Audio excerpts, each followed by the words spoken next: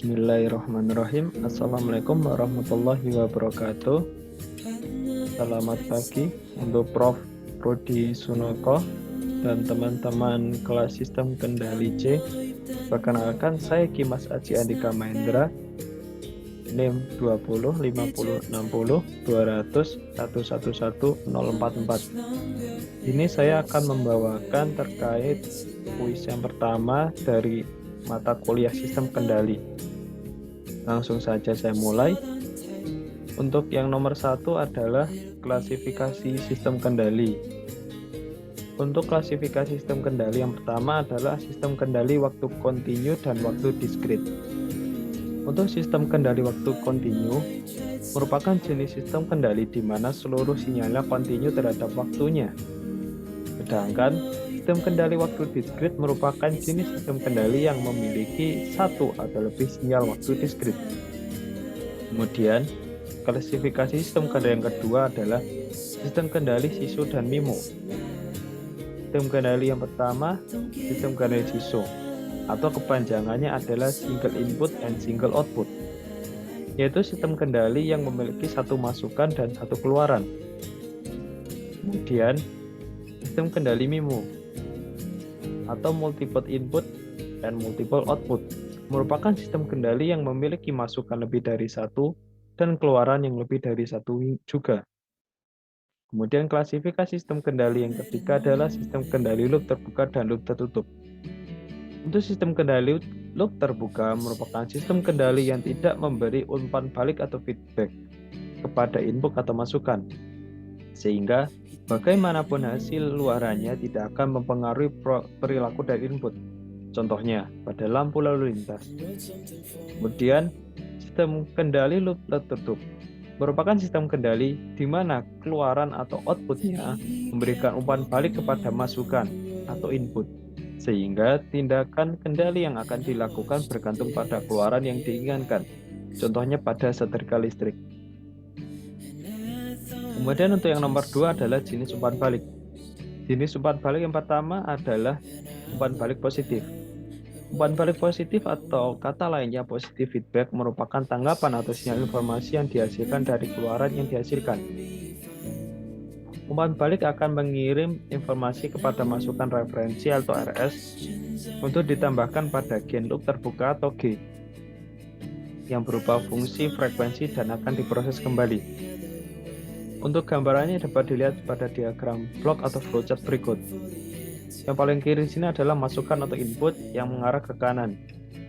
Dan controller atau plan ini adalah gainnya yang akan diproses dari masukan untuk menghasilkan keluaran. Dari keluaran di sini akan mengirimkan tanggapan atau sinyal informasi yang akan dikirimkan kepada masukan referensi. Untuk rumusnya bisa dituliskan dengan rumus sebagai berikut. T sama dengan G dibagi 1 min GH, di mana T ini adalah fungsi transfer atau gain keseluruhan dari sistem, dan G adalah gain loop terbuka berupa fungsi frekuensi, dan H adalah gain dari jalur umpan balik berupa fungsi frekuensi juga. Kemudian yang kedua adalah mengenai umpan balik negatif. Umpan balik negatif atau negatif feedback merupakan tanggapan atau sinyal informasi yang dihasilkan oleh keluaran yang berfungsi mengurangi kesalahan antara masukan referensi atau RS dengan keluaran dari sistem. Umpan balik negatif ini berupa kelebihan dari keluaran dan akan dikembalikan atau diinformasikan kepada masukan untuk diproses pada gain.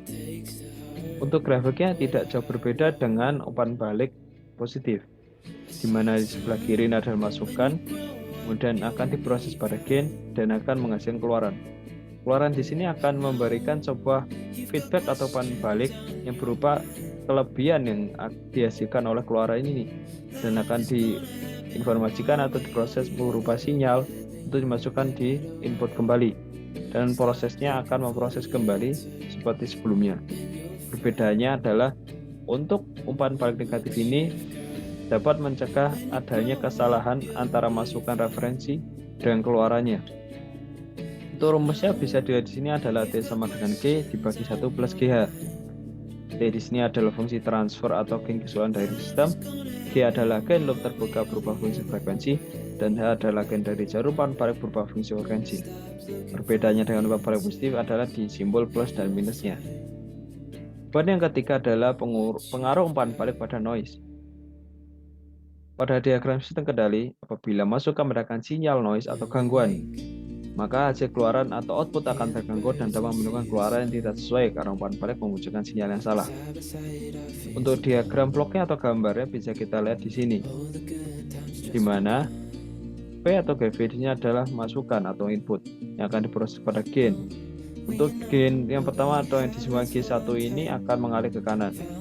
Dan untuk simbol U dengan panah ke bawah ini adalah noise-nya atau gangguannya, di mana gangguan ini akan mengganggu gain pertama dan menghasilkan gain kedua. Gain kedua ini adalah hasil gain 1 ditambah noise, di mana hasil keluarnya outputnya berupa keluaran yang ada di kanan sini. Keluaran di sini akan menghasilkan umpan balik yang akan dikirimkan kepada masukan, di mana adanya noise ini akan memberikan sinyal yang salah, di mana hasilnya tidak diinginkan atau tidak sesuai dengan harapan yang diinginkan oleh masukan. Kemudian nomor 3 adalah sistem kendali model matematik. Sistem kendali model matematik pertama adalah model persamaan diferensial, di mana merupakan model matematis domain waktu dari sistem kendali yang melalui langkah penerapan hukum dasar pada sistem kendali yang diberikan dan mendapatkan persamaan diferensial dalam masukan dan keluaran dengan menghilangkan variabel perantara. Contohnya pada sistem kelistrikan seri yang dirangkai dengan resistor atau R, induktor L, dan kapasitor C. Kemudian dialiri tegangan dengan besar V. Untuk gambar rangkaian listrik serinya bisa dilihat di sini. Berikutnya ada resistor dengan besar sekian, induktor dengan besar sekian, dan kapasitor dengan besar sekian, dan dialiri oleh tegangan berupa V yang akan mengaliri ketiga resistor, induktor, dan kapasitor ini. Kemudian yang kedua adalah model fungsi transfer. Model matematika ini adalah model matematika S domain dari sistem kendali. Fungsi transfer dari sistem linear time invariant atau LTI adalah rasio transformasi Laplace keluaran dan transformasi Laplace masukan dengan mengasumsikan semua kondisi awal adalah 0. Contoh, jika X fungsi T dan Y fungsi T adalah masukan dan keluaran dari LTI, maka transformasi Laplace-nya adalah X fungsi S dan Y fungsi S. Bisa dilihat pada gambaran berikut, di mana X fungsi T ini ditransformasi oleh transformasi Laplace yaitu Y fungsi S per X fungsi S dan menghasilkan Y fungsi T. Kemudian yang keempat atau yang terakhir adalah pemodelan sistem mekanik translasi. Sistem mekanik translasi bergerak sepanjang garis lurus yang terdiri dari 3 elemen dasar. Yang pertama massa, kedua bekas, dan yang ketiga adalah peredam.